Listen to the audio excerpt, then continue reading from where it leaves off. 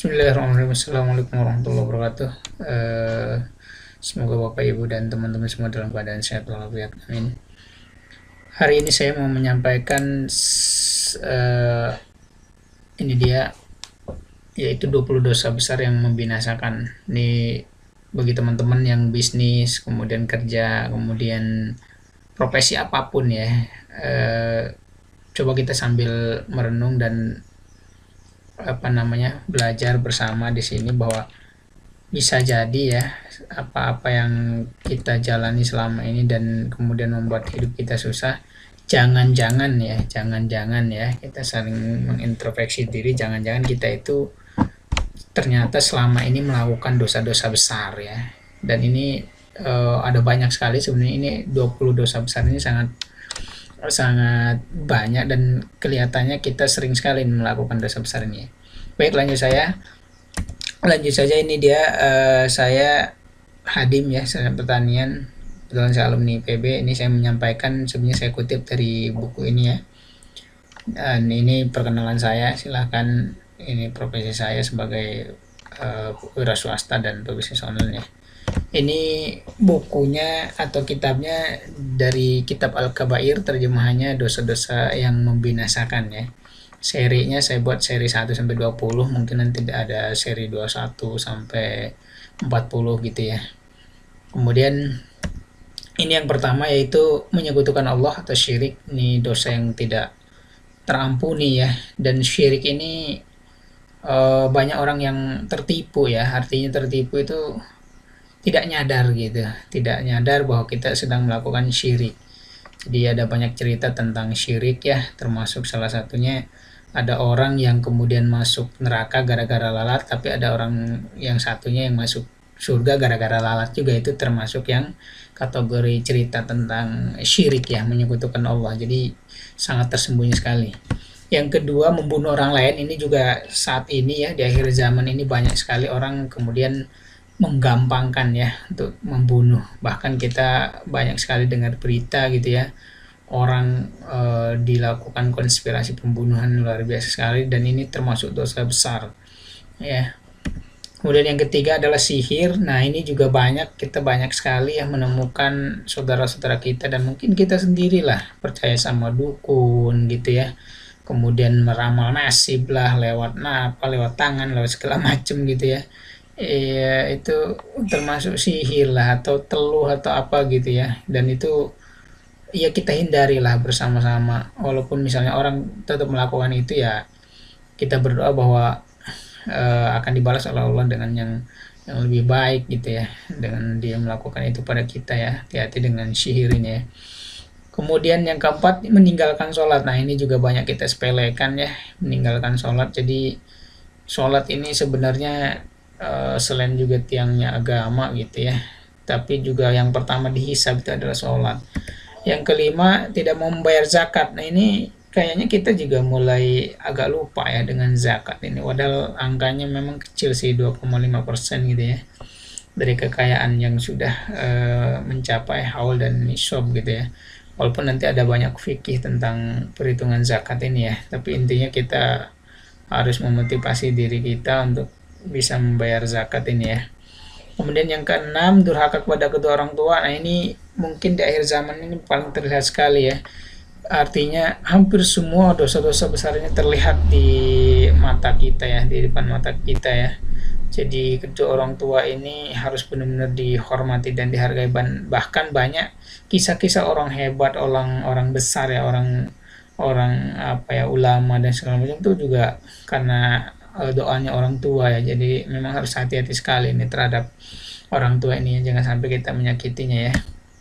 Kemudian yang ketujuh yaitu memakan riba. Nah, ini juga termasuk yang kita ini digampangkan sekali ya dengan masalah riba ini, padahal sangat ngeri sekali ini. Bahkan ini ada hadisnya, di dalam riba ada 99 pintu dosa. Yang paling ringan adalah seperti seorang anak laki-laki yang menzinahi ibu kandungnya sendiri. Itu yang paling kecil, ngeri banget ya.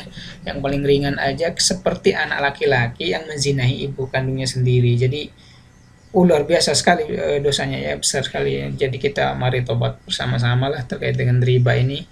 Jangan tergoda ya, lebih baik kita menabung dulu, menahan diri dulu ya.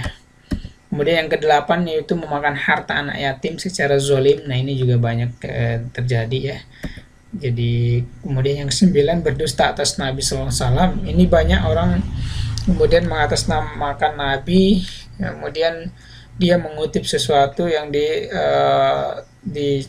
dicantolkan ya, atau dikutip seolah-olah itu dari Nabi Sallallahu Alaihi Wasallam. Ini luar biasa sekali, termasuk dosa besar ya. Jadi kita harus banyak istighfar ya. Kemudian yang ke-10 membatalkan puasa Ramadan. Kita kebetulan saya rekaman ini bulan Sya'ban ini.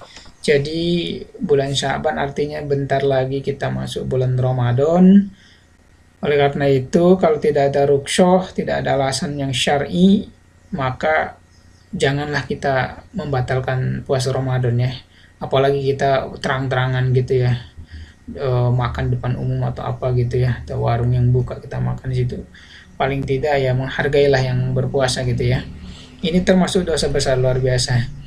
Kemudian yang ke-11 yaitu lari dari medan pertempuran. Ini juga termasuk dosa besar. Jadi hati-hati ya ketika kita nanti ada kesempatan berperang, jangan pernah lari ya.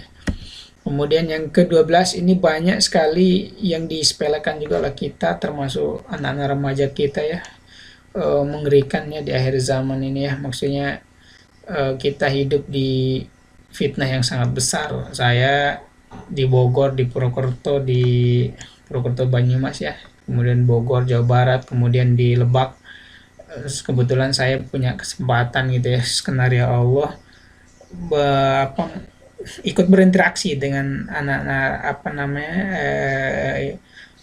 remaja dan yang lainnya, dan tahu informasi tentang perkembangan itu, termasuk masalah zina ini ya. Jadi ke-12 ini berzina, ini termasuk dosa yang besar ya.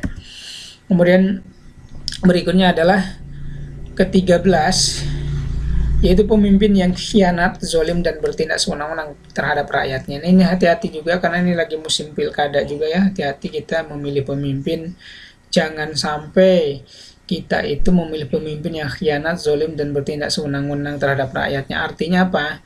Contoh sewenang-wenang itu main gusur aja gitu ya, tidak memperhatikan kaum duafa segala macam, itu termasuk sewenang-wenang. Karena seolah-olah ukuran-ukuran kesuksesannya itu dengan bangunan-bangunan yang besar gitu ya, dengan kemewahan dan segala macam gitu. Belum tentu juga gitu kalau di mata Allah ya, bahwa pemimpin yang khianat itu berarti dia selalu mengingkari janjinya, dia sering berjanji. Zolim suka menganiaya ya, jadi menghalalkan segala cara, kemudian bertindak sewenang-wenang. Ini juga termasuk dosa yang besar. Jadi ya boleh-boleh saja kita berobsesi menjadi pemimpin, tapi ya harus hati-hati lah. Jadi pemimpin itu sangat besar sekali tanggung jawabnya ya. Kemudian yang ke 14. Nah, ini banyak juga ini kita ya bersama-sama ini sering menyepelekan sekali ini yang ke-14 ini ya. Apa sih yang ke-14 ini? Yang ke-14 ini adalah minum khamar, walaupun hanya setetes dia. Walaupun tidak sampai memabukkan. Jadi ini luar biasa sekali. Memang secara kesehatan juga sangat merusak sekali dilihat ya, seluruh organ tubuh di dalam tubuh kita itu rusak dengan khamir itu. Terus kemudian misalnya ada orang yang bilang oh itu ada orang main khamir terus tapi sehat-sehat aja, itu mungkin nanti masuk kategorinya istijroj itu ya, yang dicuekin sama Allah, yang dibiarin dia binasa gitu ya, nauzubillah ya. Nah kita tidak bisa melihatnya seperti itu. Intinya meminum khamir itu termasuk dosa yang besar, walaupun tidak sampai memabukkan gitu ya. Bagi teman-teman kita semua yang pernah minum atau yang sekarang masih minum, itu segeralah tobat untuk meninggalkan khamr itu ya, alkohol ya. Kemudian yang ke-15 yaitu menyombongkan diri, takabur, ujub, dan angkuh. Nah ini juga penyakit ya, penyakit kita. Jadi sering menyombong-nyombongkan diri, takabur, dan ujub ini juga termasuk dosa besar. Jadi kita memang harus banyak istighfar. Kemudian ke-16 persaksian palsu. Nah ini kita juga banyak sekali menyaksikan ya sekarang sidang-sidang ya, ada saksi gitu ya. Tapi ya hati-hatilah itu. Jadi saksi itu kalau kita bersaksi secara palsu itu termasuk dosa yang besar, dan kita harus benar taubat dari itu semua ya. Kemudian yang ke-17 ini juga lagi lagi booming sekali ya ini ya, luar biasa. Bahkan di beberapa negara kayak Amerika gitu ya, itu dilegalkan, yaitu homoseks ya, hubungan intim sama jenis. Ini ngeri sekali ya.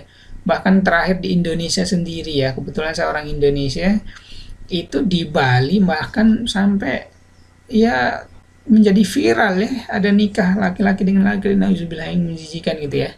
Artinya kaumnya Nabi Lut tuh dulu kayak kita membayangkan tuh jijik gitu ya, tapi ternyata saat ini banyak sekali ya ini dan dilegalkan ya. Nauzubillah min dzalik ya, kita memohon pada Allah jauhkan dari itu semua ya. Jadi dosa besar ini homoseks ini ya.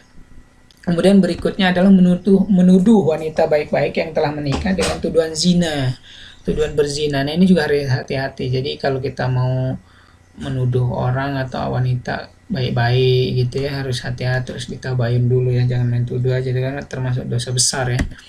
Ke-19, khianat pada harta rampasan perang, baitul mal dan zakat. Nah ini para pengelola zakat dan segala macam itu hati-hati juga ya. Kita sama-sama saling jaga ya, baitul mal rampasan perang mungkin ya harta yang didapatkan dari setelah perang ya. Kemudian berikutnya yang terakhir yaitu untuk yang seri 1 ini, seri 1 sampai 20, yaitu mengambil harta orang lain secara batil. Secara batil itu maksudnya secara apa? Secara bukan haknya kita ya, secara kejam, mencuri dan segala macam itu secara batil ya. Oke, itu dari saya, sekadar sharing saja. Semoga ini menjadi pengingat kita semuanya di apa namanya, di zaman penuh fitnah ini, kita saling mengingatkan bersama-sama, yaitu 1 sampai 20 dosa-dosa besar yang membinasakan. Baik, untuk informasi dan ngobrol-ngobrol dengan saya silahkan kunjungi website saya tanyahadim.aja.com ya. Kalau mau belanja juga boleh di rajaonline.com. Ini nomor saya, bisa ngobrol dan yang lainnya, baik terkait dengan bisnis atau terkait dengan investasi atau terkait bisnis online dan yang lain-lainnya. Silahkan pada teman-teman dan terima kasih. Mohon maaf atas kesalahan. Saya tutup. Assalamualaikum warahmatullahi wabarakatuh.